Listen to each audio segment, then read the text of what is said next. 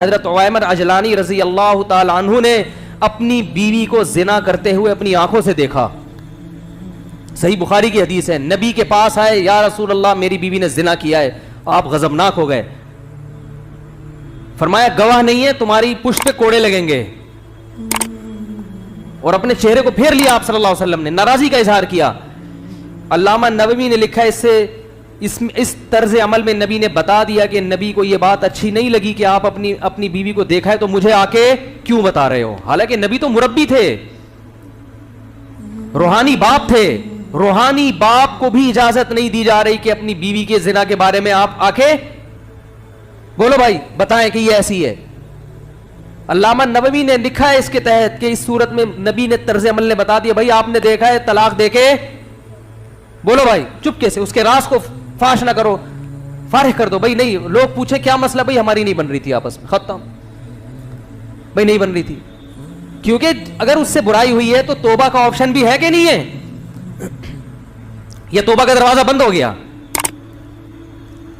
بھائی آپ کو اعتماد ختم ہو گیا, عورت کو بٹھائے, بولے بھائی دیکھو میں نے یہ دیکھا ہے, اب میں تم پہ الزام, تم مل پہ الزام, اس سے بہتر ہے کہ ہم کیا کر لیں, کنارہ کشی اختیار کر لیں. اسی طرح خواتین اپنے شوہر پہ جو الزام لگاتی ہیں, زنا کر رہا ہے, فلانا کر رہا ہے, میں کہتا ہوں بھائی دیکھو کر رہا ہے, برا کر رہا ہے, مشورے کے لیے آپ نے فون کیا, میں نام نہیں بتانے دیتا ان کو, اپنے شوہر کا نام میرے سامنے راز نہ فاش ہو کسی کا.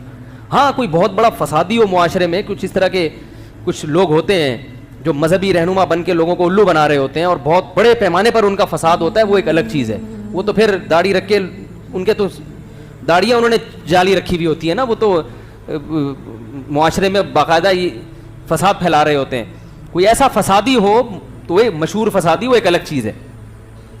تو میں ان سے کہتا ہوں کہ بھائی آپ نے اپنے شوہر کو اگر اس کنڈیشن میں دیکھا ہے, یا تو برداشت کرو یا اسے طلاق کا بولو بھائی مطالبہ. اس کو سیدھا تو کرنا بڑا مشکل ہے, یا تو پھٹا کرو, 3 ہی آپشن ہے. میں کہتا ہوں یا تو پھٹا کرو, میاں سے پھٹا کرو, بھائی کیا کر رہا ہے بھائی تو, انسان کا بچہ بن, پھٹا کرو. کہ نہیں پھٹا کریں تو وہ طلاق کی دھمکیاں دیتا ہے, اور یہ تو میاں تو اس قسم کے خراب ہوتے ہیں, وہ اتنے نیک تھوڑی ہوتے ہیں کہ ان کو سمجھائیں تو کہیں گے بیگم آپ کا بہت شکریہ, آئندہ بھی یہ نصیحت کا پروگرام چلتا رہے تو بہت اچھا ہے. تو میں نے کہا پھٹا کرو, گھر میں چیزیں اٹھا کے پٹکو, یہ تو کرنا ہے. یہ تمیز سے کون مانتا ہے آج کل. ایسی خواتین دیکھو کیسے الٹے مشورے دے رہا ہوں میں. وہ کہتی ہیں اس کے ناجائز تعلق, میں کہتا ہوں اٹھاؤ برتن توڑو. جب گھر میں آئے نا, اللہ کی قسم ایسے مشورے دیتا ہوں میں, چاہے آپ اس پہ کچھ بھی کمنٹس کریں. خاتون کہتی ہے میرا میاں کے غلط تعلقات ہے, میں کہتا ہوں توڑ دو گھر میں جتنے برتن ہیں, آئے گھر میں بولو اٹھا کے پھینکو, بولو یہ میں شریف زادی ہوں. بچوں پہ کیا اثر پڑے گا جب ان کو پتا چلے گا, یہ گھر میں برداشت نہیں ہوگا. توڑو پھوڑو, یہ کرو, ایسی کی تیسی روٹ کے چلی آؤ. اور اگر یہ نہیں ہو پا رہا آپ سے, آپ میں دم نہیں ہے توڑنے کا برتن, کانپ رہی ہیں آپ, ہمت ہی نہیں ہے, تو پھر کیا کرو بھائی. بسوں کے پیچھے لکھا ہوتا ہے تپڑ ہو تو پاس کرو ورنہ برداشت کرو, لکھا ہوتا ہے نا.